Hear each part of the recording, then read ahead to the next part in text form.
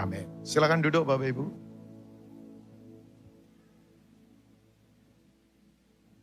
Ya, shalom Bapak Ibu.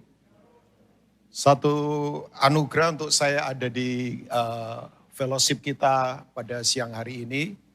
Jadi perkenalkan, nama saya Rubin Ong. Ya, ini first time atau pertama kali saya ada di gereja ini. Jadi saya berterima kasih tentunya pada Tuhan untuk kepercayaan siang ini boleh ada di tengah-tengah saudara. Thank you juga buat Pastor Michael Gunawan. Ya, beliau lagi ada di state kalau nggak salah untuk pelayanan. Jadi saya berterima kasih. Nah, tanpa merasa tahu, merasa pinter, merasa jago, merasa rohani, sama sekali enggak. Saya enggak datang dengan hati seperti itu. Tapi sebagai hamba Tuhan, saya hari ini ingin berbagi buat Bapak Ibu semua. Saya tahu keadaan enggak bisa diprediksi ke depan. Ya, bahkan saya katakan semua enggak pasti. Ya, enggak pasti. Ekonomi enggak pasti, keamanan enggak pasti, apa saja enggak pasti. Ya, semua enggak pasti. Di dunia ini semua tidak pasti. Tapi saya beritahu buat kita semua yang ada di sini. Hanya Tuhan dan firman-Nya yang akan membuat kepastian yang pasti di tengah situasi yang tidak pasti. Nah, izinkan saya hari ini untuk sampaikan hati Tuhan buat kita semua. Saya tergerak sekali untuk hari ini coba kita akan merenung begini Bapak Ibu. Pertama kali Yesus khotbah, ya Yesus khotbah pertama kali itu ada di Matius pasal 4 ayat 17. Ya isi khotbahnya jelas. Repent for the kingdom of God is at hand. Bertobatlah sebab kerajaan Allah sudah ada di tanganmu atau di dekatmu ya. Nah tapi begini, pertama kali Yesus berbicara, tidak berkhotbah ya. First time dia berbicara. Itu tercatat di kitab Yohanes pasal pertama. Nanti kita akan baca mulai ayat yang ke-35 sampai 38. Tapi backgroundnya begini Bapak Ibu, sebagai seorang nabi terakhir di perjanjian lama, Yohanes itu kemudian menunjukkan pada murid-muridnya, salah satunya adalah Andreas. Ya, waktu Yesus lewat, dia berkata begini, lihat anak domba Allah penghapus dosa dunia. Ya, nah kita tahu kan salah satu muridnya yang namanya Andreas ikutin Yesus. Nah kita coba baca ya, kita coba baca ayat 35 dari John chapter 1. Coba kita lihat ayat yang ke-35, mungkin di screen kalau ada ditampilkan please. Tapi kalau enggak, Bapak Ibu yang bawa Alkitab, baik lewat aplikasi maupun manual buku, coba kita lihat ya. Ayat 35 dikatakan begini, pada keesokan harinya Yohanes berdiri di situ pula dengan 2 orang muridnya. Dan ketika ia melihat Yesus lewat, ia berkata, lihatlah anak domba Allah. Ya kan? Ya, Yohanes menunjuk, ini loh anak domba Allah. Nah, saya boleh berkata begini Bapak Ibu, satu-satunya orang yang berani memproklamirkan bahwa Yesus itu Mesias, walaupun Yesus belum menyatakan dirinya sebagai Mesias, itu adalah John. Yesus belum dibaptis kan. Ya maksudnya Yesus belum memulai pelayanan, Yesus belum menyembuhkan orang buta, Yesus belum memberi makan ribuan orang. Jadi first time John berkata, ini yang kamu harus ikutin, anak domba Allah. Nah, Andreas salah satu muridnya ikutin dia. Nah, Bapak Ibu kemudian ayat berikutnya, narasi ini ditulis Yohanes bagus banget. Tetapi Yesus menoleh ke belakang, ia melihat bahwa mereka mengikuti dia. Kayak kita kan sekarang ini di ibadah ini mau mengikut dia. Yang setuju katakan amin. Kita nyanyi, kita beribadah tujuannya untuk follow him, kita mengikut dia. Tapi kemudian ini yang luar biasa. Ia melihat bahwa mereka mengikuti dia, lalu berkata kepada mereka, apakah yang kamu cari? Kata mereka kepadanya, Rabi, artinya guru, di manakah engkau tinggal? Yang setuju dengan firman, katakan amin Bapak Ibu. Nah, saya ingin mengajak kita merenung kata ini, yaitu begini. Sebetulnya dalam hidup ini, kita ini mau cari apa sih? Ya, sebab gini Bapak Ibu, pertanyaan yang tepat itu akan memberikan jawaban yang tepat. Dan pertanyaan yang tepat memberikan jawaban yang tepat, itu akan mempengaruhi identitas, nilai, cara dan tujuan hidup kita. Saya ulangi ya, orang kalau berani bertanya yang tepat, pasti memiliki jawaban yang tepat. Nah orang yang punya jawaban yang tepat, nilai hidupnya, cara hidupnya, tujuan hidupnya pasti tepat. Karena begini, kalau kita tidak tahu untuk apa kita ada, untuk apa kita hidup dan tujuan kita kemana, ya tandanya jelas. pasti suka menyimpang, suka menyeleweng, dan suka akan melecehkan semua aspek kehidupan. Saya itu kalau lihat ya, ada orang suka melecehkan keluarga, menyimpang dalam cara-cara hidup. Ya, itu indikasinya sederhana. Dia tidak tahu untuk apa dia hidup, tujuannya kemana dia akan hidup. Nah, saya berharap Bapak Ibu ya, kalau saya sharingkan ini bukan saya sok tahu. Karena begini, kalau kita tidak tahu kehidupan ini buat apa. Ya, sorry ya, boleh kaya tapi percuma. Boleh hebat posisi tapi nothing dalam kehidupan. Ya, boleh, ya sayangnya sih ya, dunia ukur semua kesuksesan selalu dari harta, posisi, dari semua fasilitas yang ada. Saya sudah punya sudut pandang tidak begitu lagi dalam kehidupan. Ya, nah saya ingin mengajak kita Bapak Ibu, coba renungkan pertanyaannya. Kita ini dalam hidup ini cari apa sebetulnya? Ya, dulu ya ada lagu Pantekosta lama banget lagu itu berkata, cari apa sih di dalam dunia? Ya mungkin yang dulu lahir dari pergerakan Pantekosta pernah dengar lagu ini kan. Cari apa ya di dalam dunia ini ya. Nah sebab kalau enggak nanti kita enggak akan maksimal. Nah saya ingin mengajak kita Bapak Ibu supaya kita tidak meleset dari sasaran kehidupan. Sebab sekali lagi meleset dari sasaran kehidupan itu paling enggak nyaman banget itu. Ya artinya hidup kita tidak akan maksimal. Saya akan mengajak kita ada beberapa hal yang perlu kita renungkan. Pertanyaan Yesus hal yang sama dia tanyakan pada kita. Kita ada di sini ini cari apa sih? Saya ini pelayanan cari apa sih? Oh iya ya, saya setiap kali dipercaya oleh anugerah Tuhan untuk pelayanan, selalu saya tanya pada diri saya ini pelayanan cari apa? Cari uang kah? Cari popularitas kah? Atau cari apa? Cari masa mungkin? Cari fans mungkin? Oh kita jangan bilang begini, Pak Rubin pasti bener lah pendeta. Siapa bilang Bapak? Sorry itu saya.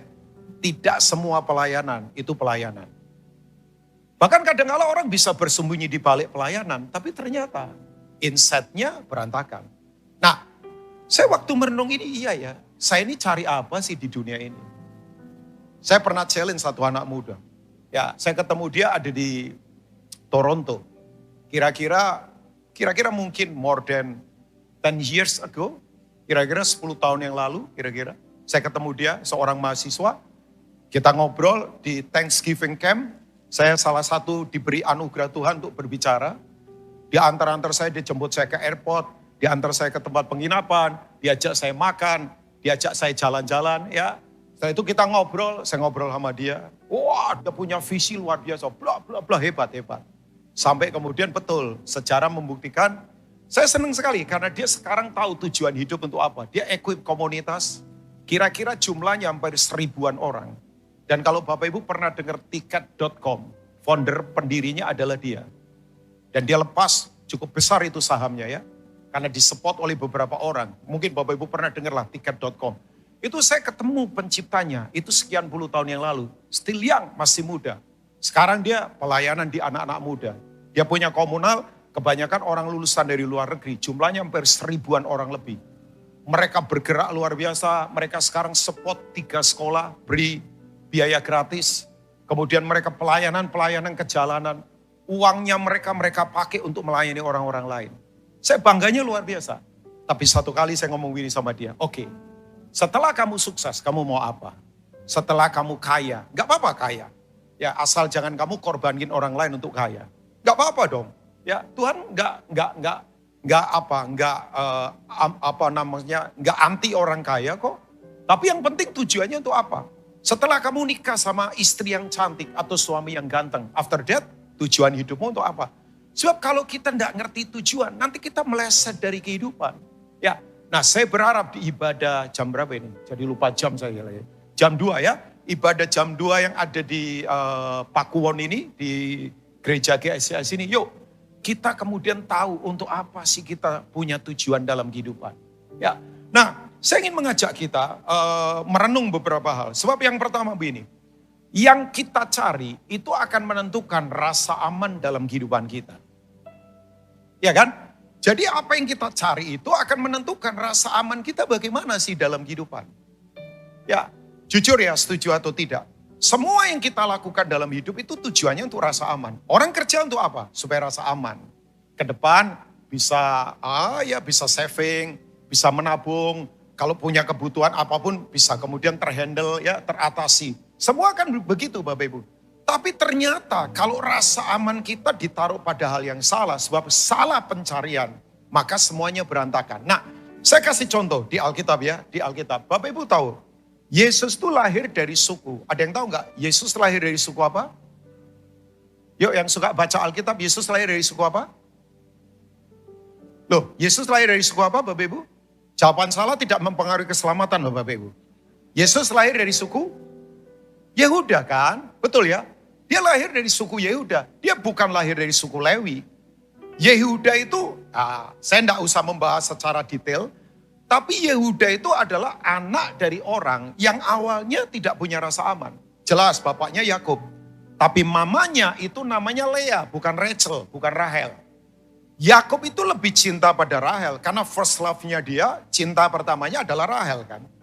Ya, tapi kemudian bapaknya bilang gak etis, anak yang pertama harus nikah dulu. Ternyata Yakub ditipu oleh Laban, memang betul ini luar biasa ya. Mantunya penipu, mertuanya penipu senior.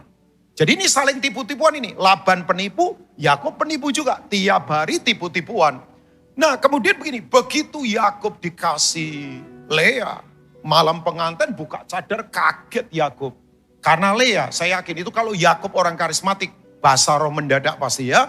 Karena dia kaget. So begini, Lea itu tidak cantik. Matanya cenderung mau buta, nggak cantik, wajahnya nggak cantik.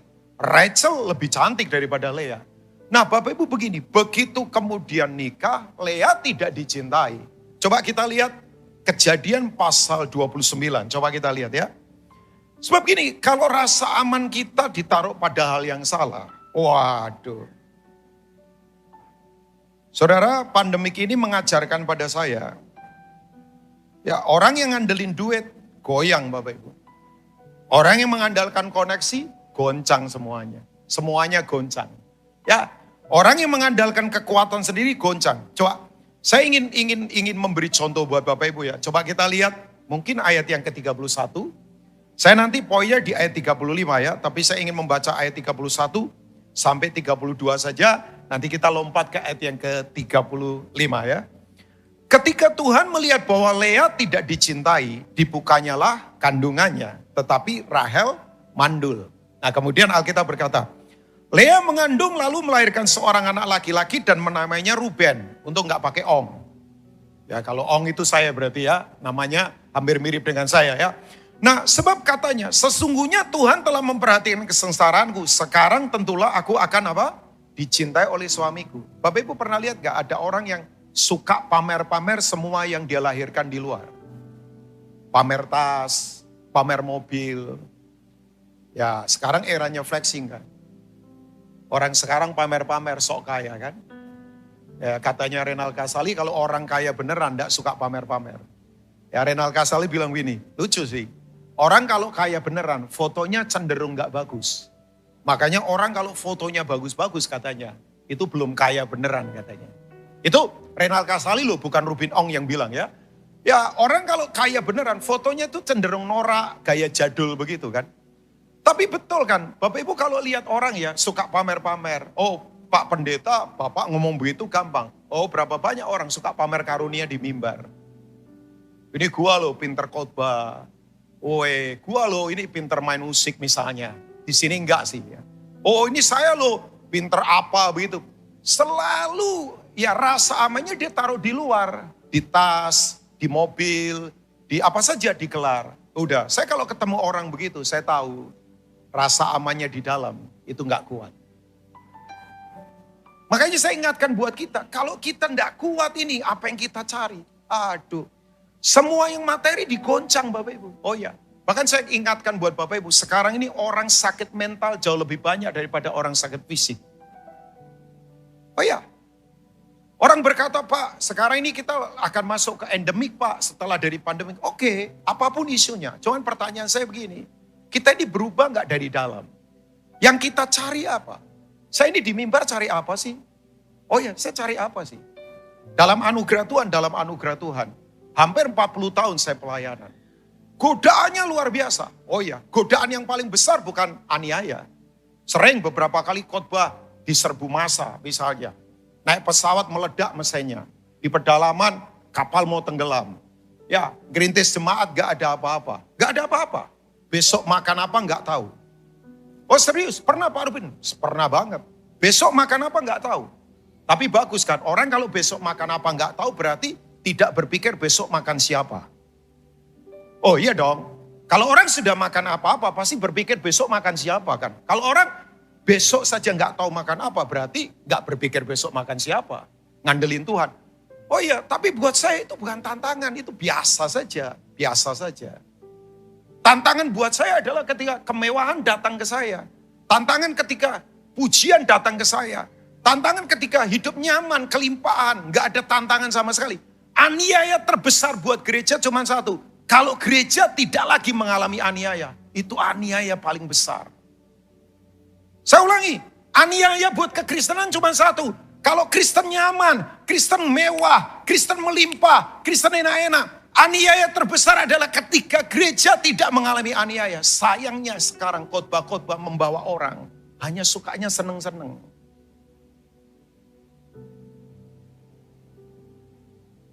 Ya. Oh iya, seringkali orang begini kan. Dia taruh rasa amannya ada di luar semua. Kayaknya itu pencarian seumur hidup.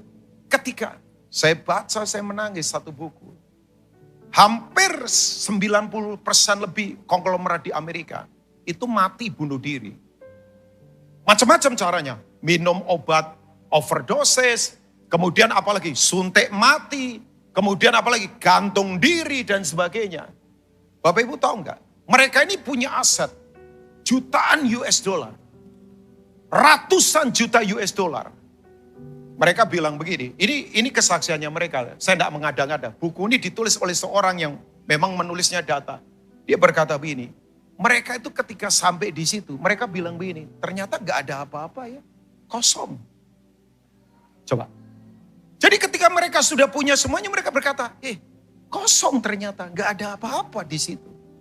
Saya mendengar ini, saya berkata iya ya. Nah, sekarang saya punya pertanyaan buat Bapak Ibu. Where is your sense of security in your life? Saudara sekarang ini punya rasa aman. Ada di mana? Sebab itu menentukan apa yang kita cari. Ya. Oh ya. Kita cari apa sih sebetulnya? Ya, makanya saya sedih kalau di pelayanan orang ribut satu dengan yang lain. Saya bilang cari apa? Dari awalnya teman baik kemudian sampai berpisah, pahit satu dengan yang lain. Keluarga pecah gara-gara uang misalnya. Saya bilang, cari apa ya? Yesus tanya sama kita, Yesus tanya sama saya. Rubin, apa yang kamu cari? Hari ini di GSCS yang ada di Pakuwon ini, saya tanya buat Bapak Ibu. Bapak Ibu cari apa sebetulnya dalam kehidupan? Ya, saya nanti akan memberi beberapa hal, saya berdoa sungguh-sungguh. Saudara yang sedang letih sekarang ini, percayalah. Tuhan akan memberi jawaban. Untuk kita kuat dan tetap menyala-nyala di dalam Tuhan. Yang mau katakan amin Bapak Ibu? Nah Bapak Ibu saya senang sekali. Sebab begini, Alkitab itu kalau menegur selalu memberi jawaban dan jalan keluar. Yang setuju katakan amin? Makanya saya beritahu, dalam Tuhan tidak ada masalah yang tidak ada jalan keluar. Pasti ada jalan keluar. Saya ulangi, dalam Tuhan tidak ada masalah yang tidak ada jalan keluar. Pasti ada jalan keluar. Makanya hari ini jangan ada yang pesimis, jangan ada yang kecewa. Jangan ada yang play victim. Jangan ada yang main jadi korban. Sorry ya, saya bukan korban. Kita bukan korban. We are more than a conquerors in Christ Jesus. Kita lebih dari para pemenang karena Kristus yang mengasihi kita. Yang percaya sekali lagi katakan amin. Cuman begini pertanyaannya. Kita cari apa sih? Sorry ya, yang punya enggak usah pamer-pamer. Ya. Oh, sekali lagi pendeta juga bisa. Dia bisa pamer karunianya. Dia bisa pamer jadwalnya padat penuh. Dia bisa pamer apa saja.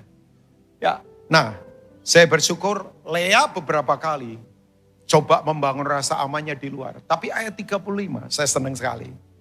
Lea mengalami breakthrough, terobosan dari Tuhan. Alkitab berkata begini. Mengandung pula lah ia. Saya suka kata mengandung sebab ini. Apa yang kita kandung itu yang akan kita lahirkan kan.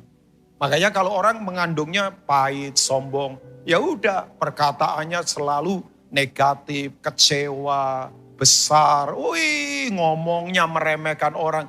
Saya kalau lihat orang ya ngeremehin orang, merasa benar. Saya beritahu ya, udah hidup benar saja, enggak usah merasa benar.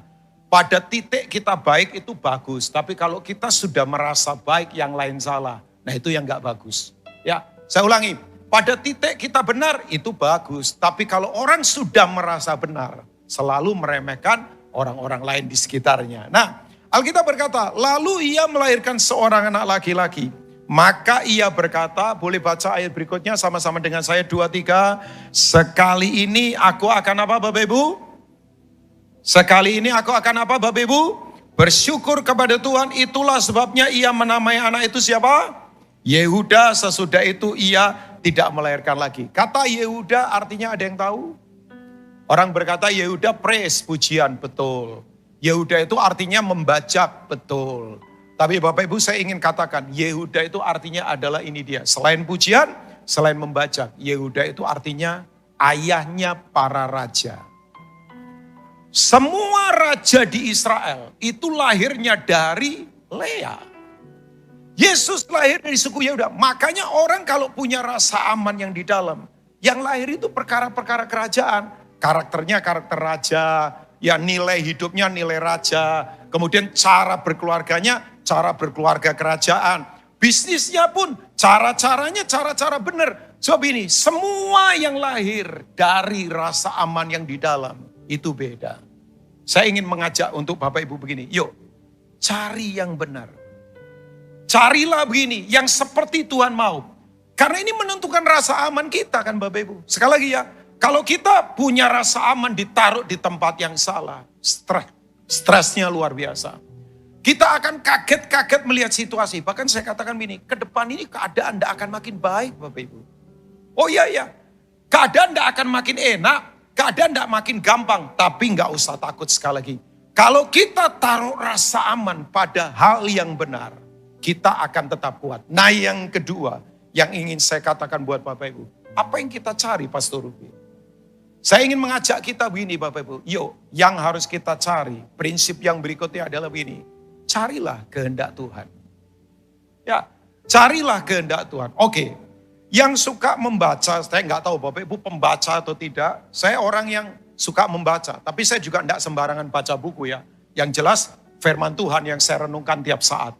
Ya, saya satu kali baca buku tentang perjalanan seorang anak muda. Saya nggak tahu Bapak Ibu pernah dengar orang ini atau tidak. Namanya Jim Elliot. Ya, coba yang pernah dengar nama orang ini boleh tolong angkat tangan. Jim Elliot yang pernah dengar nama orang ini please. Saya diterima di sini enggak ya Ira? Atau saya dicurigai ini siapa ini orang kok tiba-tiba tampil di saya diundang loh di sini bukan nyelonong loh. Oke, ada yang pernah dengar nama orang Jim Elliot? Pernah dengar enggak? Coba yang pernah dengar angkat tangan. Oh enggak ya? Oke.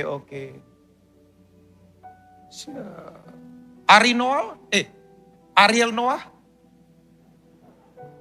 Loh, Ariel Noah enggak pernah dengar juga. Andrew Noah? Atau Boy Noah? Oke, enggak cerita saja. Bapak Ibu, saya kagum dengan orang ini. Orang ini kalau secara dunia tragedi. Kok tragedi Pak Rubin? Iya. Mati di usia 19 tahun, still young. Lebih muda dari Pastor Michael Gunawan. Pastor Michael I think sih 15 tahun kali ya. Kalau mungkin beliau ya di bawah 30 tahun kali ya. Cuman memang kan ya saya tahu ciri khasnya punya brewok gitu saja ya. Mungkin Pastor Michael before 30 kali di bawah 30 tahun. Tapi ini lebih muda lagi namanya Jim Elliot. Mungkin Bapak Ibu jarang dengar orang ini, tapi pengaruhnya Bapak Ibu luar biasa. Oh iya. Ya, saya mempercayai satu prinsip yang saya hidupi dalam kehidupan. Hidup hanya sekali, perhatikan cara kita hidup. Mati hanya sekali, perhatikan cara kita mati. Saya ulangi ya, hidup ini cuma sekali loh. Tolong perhatikan cara kita hidup. Mati hanya sekali. Tolong perhatikan cara kita mati. Saya tidak mau mati tanpa berdampak buat Tuhan. Saya boleh sederhana, tapi saya punya komitmen di hadapan Tuhan. Saya mau berdampak. Oh iya. Orang berkata, siapa orang ini?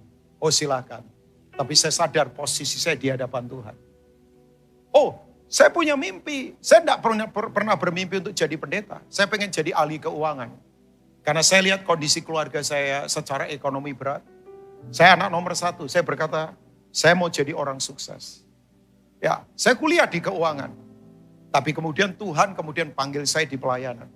Makanya saya tidak memanggil-manggil diri. Tuhan panggil saya. Bayangkan kalau panggil-panggil diri, saya duduk dengan satu hamba Tuhan berkata, Rubin, yuk kita tolong beberapa pendeta. Saya tanya kenapa? Ada enggak banyak lah. 1-2 pendeta mau bunuh diri gara-gara pandemi. Sebab jobless, enggak ada kerjaan. Enggak rasa berguna. Ya kan, gereja waktu itu online semua belum omset. Jadi saya bilang, kasihan ya kita perlu tolong. Kenapa bisa begitu? Ya enggak tahu. Karena selama ini mungkin saya bisa salah ya, bisa salah. Pendeta itu ditampilkan citranya keren-keren kan, sukses-sukses, posting hebat-hebat ya kan, sepeda mewah-mewah misalnya. Pergi ke luar negeri pakai bisnis kelas, masuk Instagram, wah pakaiannya keren-keren, disorot lampu di panggung di hadapan ribuan jemaat. Mereka pikir enaknya jadi pendeta ya. Enak jadi, orang berbondong-bondong pengen jadi pendeta semua. Begitu masuk ke pelayanan, realitanya tidak seindah yang dibayangkan. Tapi saya tidak hakimi mereka. Saya bilang sama teman saya, kita tolonglah mereka. Tolong. Karena saya tahu pertempuran tidak gampang Bapak Ibu. Makanya saya tidak mau mencitrakan pendeta itu apa begitu. Udah saya bilang yang simple saja. Kita membumi saja. Tidak usah apa. Oh, saya bukan anti kemudian orang pakai apa. Saya bilang silakan pakai. Silakan pakai barang kalau kamu punya. Cuman begini, kalau kamu posting, nanti misalnya orang lihat dan mereka kritik kamu, jangan marah. Wong mereka lihat kok begini, ya kan? Saya ngomong kalau punya pakai saja. Tapi sekali lagi kalau kamu posting, nanti kemudian orang kritik kamu jangan marah. Karena semua pendeta itu penjaga moral kan. Ya kan? Nah, saya ingat katakan buat Bapak Ibu semua. Ya, kembali kepada prinsip ini Bapak Ibu. Ya, kembali kepada prinsip ini. Satu kali, Jim Elliot kemudian begini. Usia 19 tahun. Dia adalah pemimpin dari Youth for Christ. Ada di Amerika. Tuhan suruh dia pergi ke satu suku pedalaman. Namanya suku Achua. Itu ada di Nicaragua. Dia pergi ke sana. Nginjil. Pertama kali penginjil yang menginjakkan kaki ke suku itu adalah Jim Elliot. Dan kemudian sejarah mencatat. Akhirnya dia mati sebagai martir. 25 anak panah. Nancap di tubuhnya. Itu nancap kemana-mana. Ke kepala, ke tangan, ke mata, ke hidung, kemana-mana. Matinya bloody banget. Berdarah-darah. Sangat kejam, sangat sadis. Dia mati. Kemudian begini. Yang gak enak lagi. Mayatnya dihanyutkan di sungai Amazon. Coba kalau secara dunia. Tragis gak? Gak terhormat. Orang dunia ngomong bodoh. Still young. Orang pinter. Smart kuliahnya. Kemudian begini. Dia serahkan hidupnya untuk melayani Tuhan. Bapak Ibu, puji Tuhan, mayatnya ketemu oleh satu penduduk, dibawa. Diterbangkan pulang lagi ke negaranya. Tahu Bapak Ibu, kematian satu orang ini, setan tertawa, setan pikir rasain lu, masih muda mati, 19 tahun. Orang berkata begini, tragedi ya kasihan, tapi buat saya enggak. Sorry ya, dalam Tuhan itu mati bukan tragedi. Yang tragedi itu adalah ini, dengar baik-baik. Hidup tapi mati. Pernah lihat gak ada orang hidup tapi gak ada sukacita. Hidup tapi keluarga berantakan. Hidup tapi kemudian ketakutan terus. Hidup tapi gak tahu arah dalam kehidupan. Hidup tapi kemudian begini, terikat terus oleh kedagingan. Sorry to say, itu tragedi. Mati bukan tragedi dalam Tuhan. Tapi hidup yang mati itu tragedi. Ya. Coba merenung. Orang pikir, kasihan ya tragedi. Nah, enggak.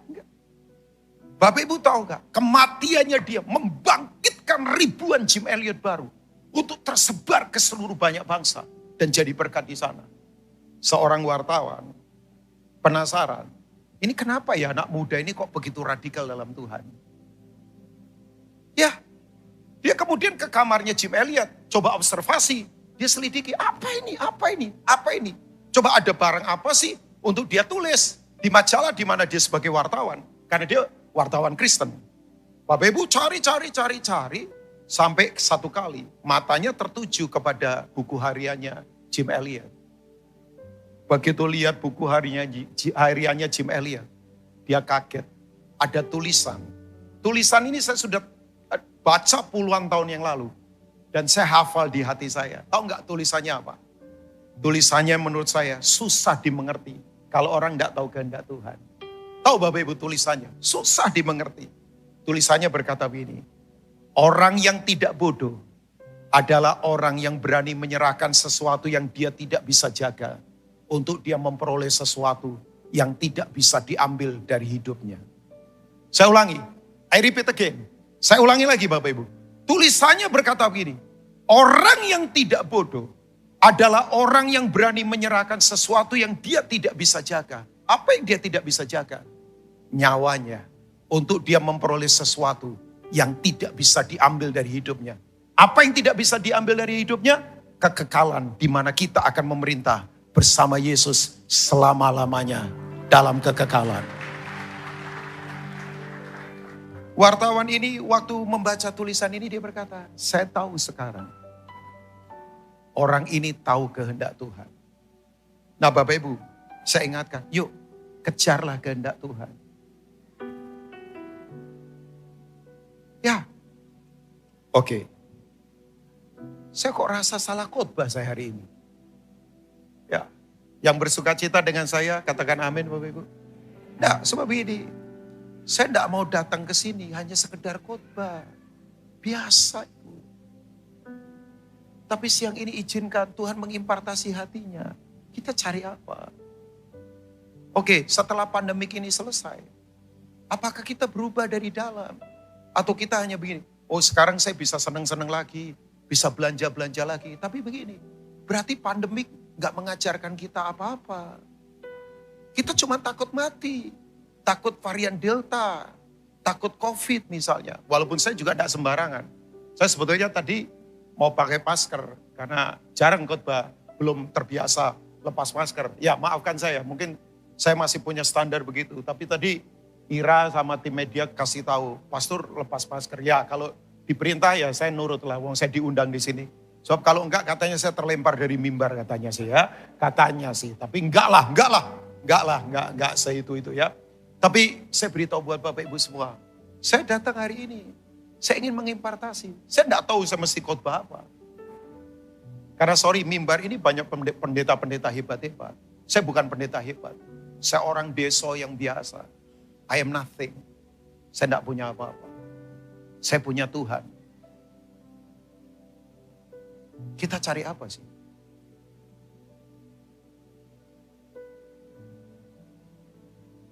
Saudara cari apa?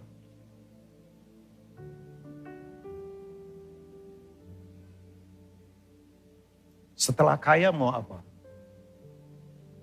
Setelah kamu kuliah luar negeri punya gelar, kamu cari apa? Setelah kamu punya suami kayak artis, after that, kita mau cari apa?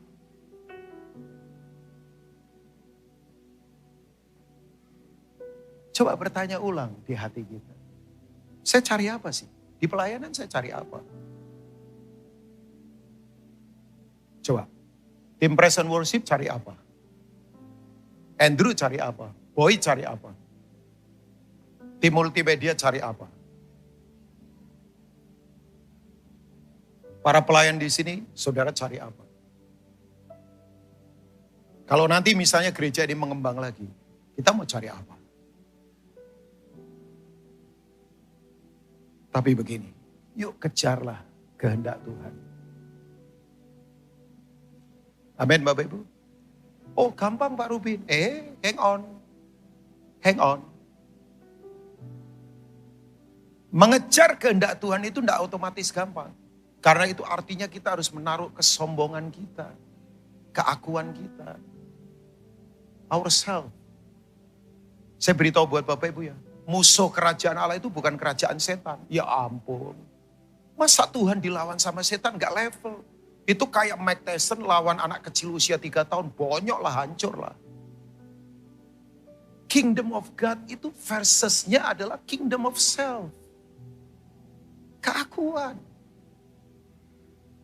Ya, saya suka bercanda, nengking setan gampang. Yang susah itu nengking orang. Karena ada orang yang lebih setan daripada setan. Setan sampai minder loh sama dia, coba bayangkan. No. Saya beritahu buat Bapak Ibu semua. Untuk kita menemukan kehendak Tuhan, not that easy. For me, not that easy. Itu udah gampang Bapak Ibu. Saya harus tanggalkan keakuan, kesombongan, kebisaan saya. Tahu Bapak Ibu, coba merenung di Alkitab ya.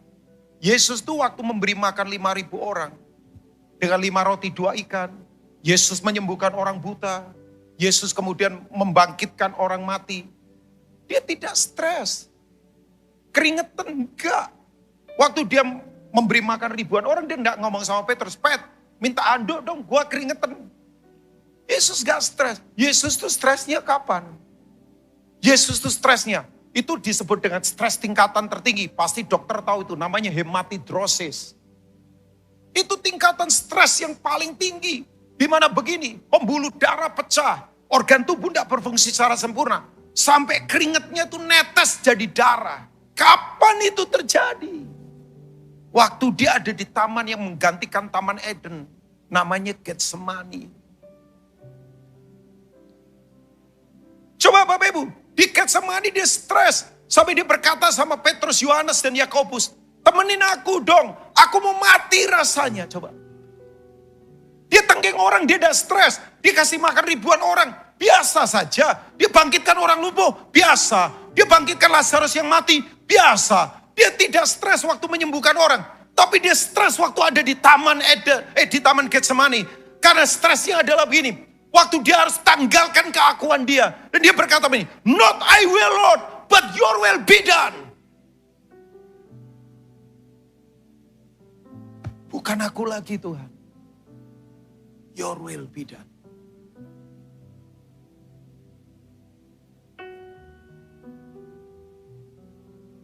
Saya dorong Bapak Ibu. Kejar kehendak Tuhan. Sorry ya. Semua bisnis tanpa kehendak Tuhan. Capek. Pelayanan tanpa kehendak Tuhan. Saya nggak mau. Apa yang saya mau bangun? Kepopuleran? Enggak lah. Apa yang saya mau kejar? Harta? Enggak lah. Apa yang saya mau kejar? Jadwal banyak? Sorry, enggak lah. Saya belajar untuk mengejar Tuhan. Kehendak-Mu Tuhan. Pak Rubin praktisnya gimana? Saya berharap ini memberitahu kita yang praktis. Semua yang dilakukan kalau enggak punya nilai dalam firman Tuhan, percuma. Oh tapi dia kaya Pak. Sorry ya, kaya kalau ngancurin orang. Oh tapi dia hebat Pak secara gelar. Sorry ya, punya gelar hebat tapi nggak berdampak buat orang-orang di sekitar. Jadi saya ingatkan buat jemaat yang ada di GSCS di sini. Yuk begini, hiduplah dalam kehendak Tuhan. Gak usah takut. Pasti hafal doa Bapa kami. Yang hafal ikutin saya bersama-sama. Doa Bapa kami. Bapa kami yang di sorga. Yuk serius sama-sama. Ini doa penting banget. 2, 3. Bapa kami yang di sorga.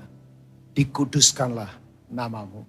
Datanglah kerajaanmu. Yang keras, jadilah kehendakmu di bumi seperti di sorga. Ulangi lagi. Jadilah kehendakmu di bumi seperti di sorga. Sekali lagi ulangi.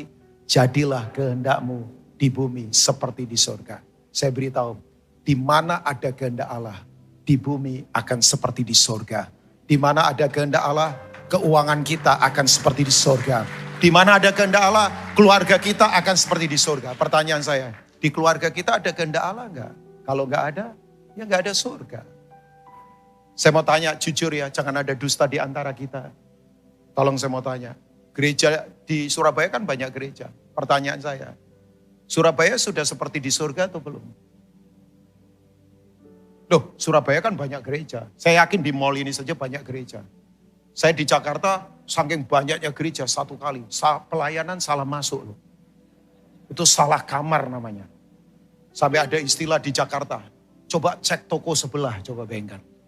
Karena gereja berhimpitan sampai istilahnya, cek toko sebelah. Toko sebelah jualan apa? Kita jualan juga. Ada sampai istilah-istilahnya begitu. Saya nggak bikin istilah Bapak Ibu, saya kudus kok. Itu teman-teman bikin istilah begitu. Ya, saya mau bertanya, Surabaya kan banyak gereja. My question ya, tolong dijawab dengan jujur. Surabaya sudah seperti di surga belum? Surabaya sudah seperti di surga belum? Padahal ini, datanglah kerajaanmu, jadilah kehendakmu di bumi seperti di surga. Pertanyaan saya, gereja-gereja di Surabaya lakukan kehendak Allah atau belum? Atau kehendak aku? Atau kehendak organisasi? Atau kehendak sendiri? Saya tanya buat Bapak Ibu, keuangan Bapak Ibu sudah seperti di surga belum? Atau minta-minta terus sama manusia?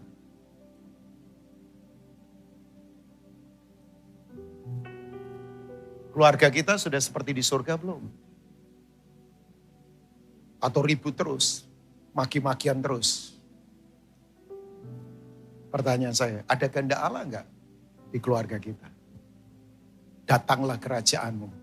Jadilah kehendakmu di bumi seperti di sorga. Saya tutup, setelah ini kita selesai, sebab kerajaan Allah sudah dekat. Saya enggak mau khotbah lama-lama. Saya masih punya waktu enggak ya? Timekeepernya mana? Kasih saya tanda dong.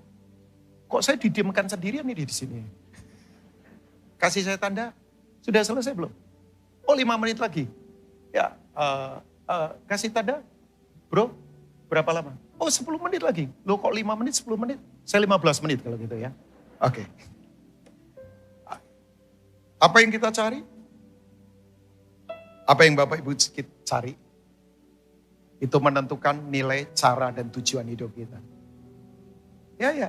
Saya kalau lihat ya, ada orang, nilainya nyakitin orang, cara-caranya kasar, halalkan segala cara, tujuan hidupnya sembarangan. Saya tahu.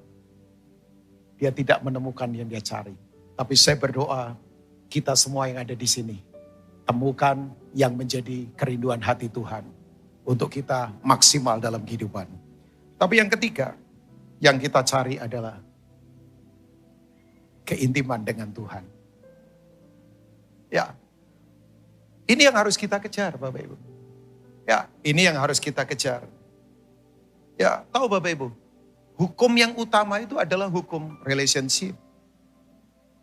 Hukum hubungan. Makanya saya suka itu, kata penyembahan, worship. Kan di sini ibadah worshipnya luar biasa. Bayangkan pakar-pakar WL ada di sini.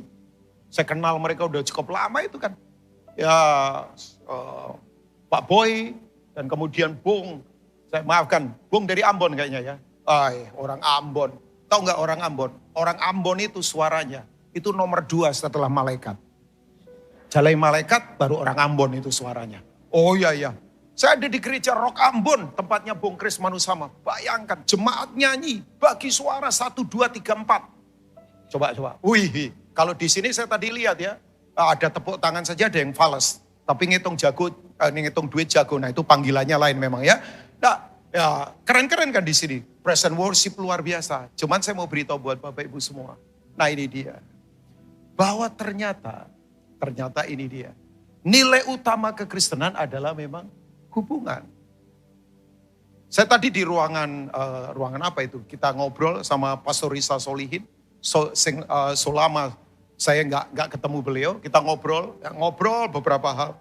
Tapi saya kemudian sadar begini, bahwa Tuhan itu sangat suka pada hubungan. Ya, dia mau kita punya keintiman dengan dia. Tapi begini kan, hubungan bukan soal nyanyi saja. Karena worship bukan soal nyanyi kan. Penyembahan bukan soal main musik, tapi soal hubungan. Makanya kata asli penyembahan misalnya ada beberapa. Ya, salah satunya adalah proskuneo. Ya kan? Kata-kata itu tuh ada latreo, ada beberapa yang lain termasuk kata itu tuh proskuneo. Proskuneo itu artinya kiss, mencium. Ya. Nah, yang saya tahu begini, ciuman itu hanya dilakukan oleh orang yang dekat. Saya cium istri saya cium anak saya cium adik saya cium mami papi saya cium my parents, saya cium saudara-saudara saya. Itu karena kita dekat. Iya dong, itu dekat. Orang kalau di terminal sembarangan orang dicium, itu perlu disuntik Bapak Ibu. Karena sakit berat itu, ya kan? Ya penjual teh botol dicium, tukang parkir dicium, I love you. Itu sakit itu. Ciuman itu karena dekat kan, karena hubungan. Dan yang saya tahu, ciuman itu dilakukan jarak dekat. Nggak mungkin lah 20 meter cium, molor begitu. Itu kayak anggota Fantastic Four, kalau nggak saya, Fantastic Four itu dulu film yang orang bisa molor begitu. Nah semuanya dilakukan dari kedekatan, hubungan. Makanya betul Bapak Ibu, sorry itu saya, penyembahan tanpa hubungan. Itu kering. Nah Tuhan mau kita ada dalam hubungan yang kuat dengan Dia. Makanya betul, bagaimana kita sungguh-sungguh punya keintiman yang kuat dengan Dia. Itu yang kita kejar Bapak Ibu. Sekali lagi, hubungan yang tidak dibuat-buat, hubungan yang spontan, hubungan yang alamiah, hubungan yang apa adanya, hubungan yang tidak punya tendensi begini. Saya dapat apa? Ya, saya berharap di sini enggak, tapi saya takut saja sekarang ini. Orang datang ke gereja ngomong begini nih. Di sini enggak loh Bapak Ibu ya. Orang berkata begini, gua ke sini dapat apa sih? Saya sudah membayar loh. Saya sudah bayar waktu, saya sudah bayar persembahan. Saya dapat apa? Harusnya kan begini, kita datang itu kita berkata, Tuhan, apa sih yang kau ingin dalam hidup ini? Saya mau katakan ini buat Bapak Ibu, yuk cari hubungan yang dekat dengan Dia. Melekatlah selalu pada Dia. Saya beritahu buat Bapak Ibu, harga hubungan kita adalah nyawanya Dia. Dia sudah berikan supaya kita kembali kepada Dia. Makanya Bapak Ibu tidak usah takut, di mana kita manunggal dengan Tuhan. Tidak ada kekuatan yang bisa mengalahkan kita. Yang setuju katakan amin. Saya suka sekali, namanya adalah Immanuel. Katakan Immanuel Bapak Ibu. Immanuel itu artinya apa? Dia selalu menyertai kita. Dia tidak pernah tinggalkan kita. Dia tidak mau kita yatim piatu, percayalah. Makanya di kitab Yohanes berkata, aku akan pergi kepada Bapa, tapi aku tidak akan meninggalkan kau yatim piatu. Aku akan kirim penolong, Parakletos yang akan menyertai kamu sekalian. Hari ini jangan ada yang merasa begini. Aku tidak berarti Pak. Enggak. Dia mengasihi kita, dia sayang kita. Makanya betul Bapak Ibu, yuk cari ini dalam kehidupan. Ya, saya tutup dengan ini. Saya mau dimanapun saya berada, saya selalu mengembangkan awareness, sebuah kesadaran begini. Tuhan selalu bersama saya. Saya tutup ya, Kolose 1 ayat 27, kita selesai. Kolose 1 ayat 27. Setelah ini kita akan berdoa. Kolose pasal pertama, ayat yang ke-27 dari Alkitab kita.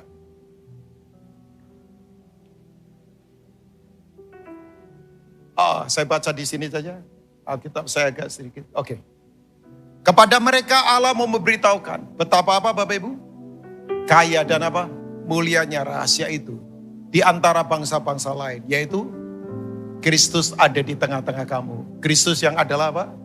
Pengharapan akan kemuliaan. Sayang ya terjemahannya bahasa Indonesia, Kristus ada di tengah-tengah kita. Oke sih, oke. Cuman kan kesannya Kristus di luar kan. Saya di sini, Bapak Ibu di situ, Kristus di tengah-tengah kita. Tapi coba lihat terjemahannya bahasa Inggris. King James memberitahu kita begini. Which is Christ in you, in me, the hope of glory. Ya, which is Christ in mana? In you, in me, the hope of glory. Saya beritahu, dalam hubungan yang manunggal, selalu ada pengharapan, kemuliaan yang tak terkalahkan oleh apapun. Tolong saya beritahu, jangan hopeless dalam kehidupan, jangan tidak lagi punya harapan. Dia selalu menyertai kita. Yuk carilah yang benar. Apa yang kita cari, kita tahu. Kita cari Dia, kita menemukan kehendaknya, kita hidup maksimal untuk kemuliaan nama Tuhan. God bless you all. Tuhan memberkati semua.